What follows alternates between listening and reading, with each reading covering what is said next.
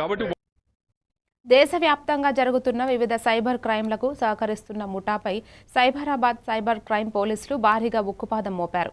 Bank ఖాతాలను నేరగాళ్లు సరఫరా చేస్తూ సైబర్ మోసాలకు మార్గం సుగమం చేస్తున్న 6గురిని పోలీసులు అరెస్టు చేశారు. ఈ ముఠా ఫేక్ అకౌంట్లు, డమ్మీ ట్రాన్సాక్షన్లు, వైర్ ఫ్రాడ్లపై ఉపయోగపడే ఖాతాలను దేశం నలుమూలల సైబర్ నేరగాళ్లకు విక్రయిస్తున్నట్టు అధికారులు గుర్తించారు. అరెస్టైన వారి వద్ద నుంచి పలు బ్యాంకులకు చెందిన ఖాతా పుస్తకాలు, ఏటీఎం కార్డులు, సిమ్ కార్డులు, డిజిటల్ పేమెంట్ పరికరాలు స్వాధీనం చేసుకున్నారు. ప్రతి ఖాతాను కొంత మొత్తం తీసుకుని మోసగాళ్లకు అందజేస్తూ పెద్ద మొత్తంలో డబ్బు సంపాదిస్తున్నట్టు పోలీసులు తెలిపారు. డిటెక్ట్ అవడం జరిగింది. 1 crore లాస్ అయింది అది. సో ఆ రకంగా ఈ 6 మెంబర్స్ని పట్టుకున్నాం. వీళ్ళ దగ్గర నుంచి 7 mobile phones, 3 check books, 11 SIM cards seize చేయడం జరిగింది. వీళ్ళ మొబైల్ స్కాన్ చేయగా ఇంకొక 60 అకౌంట్స్ ఏవో కొన్ని బయటపడ్డాయి వీళ్ళు యూజ్ చేస్తున్నవి.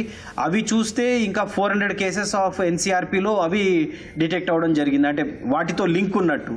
ఆ లింక్ ఏంటి అన్నది ఫర్దర్ మేము ఇన్వెస్టిగేషన్లో వెరిఫై చేస్తాము. ఇంకో 400 కేసెస్ ఉన్నట్టు తెలుస్తోంది. సో ఈ రకంగా వీళ్ళు ఇంకా ఈ సైబర్ క్రైమ్ వాటిల్లో వేరియస్ కేసెస్లో ఇన్వాల్వ్ ఉన్నట్టు తెలుస్తోంది. అవి ఫర్దర్ ఇన్వెస్టిగేషన్లో ఇంకా వీళ్ళ మొబైల్ స్కాన్ చేసి వీళ్ళ దగ్గర ఉన్న డేటా అంతా తీసుకుని ఫర్దర్ డీటెయిల్గా ఇన్వెస్టిగేట్ చేయడం జరుగుతుంది. అకౌంట్ ఇంకొకరికి అమ్ముకోవడం కానీ అవి కానీ చేస్తే ఖచ్చితంగా అది నేరమే. అలాగే సిమ్ కార్డ్స్ తీసుకుని మీ పేరు మీద తీసుకుని ఇంకొకళ్ళకి ఇవ్వడం, వేరే వాళ్ళు వినియోగం చేయడం అవన్నీ కూడా ఖచ్చితంగా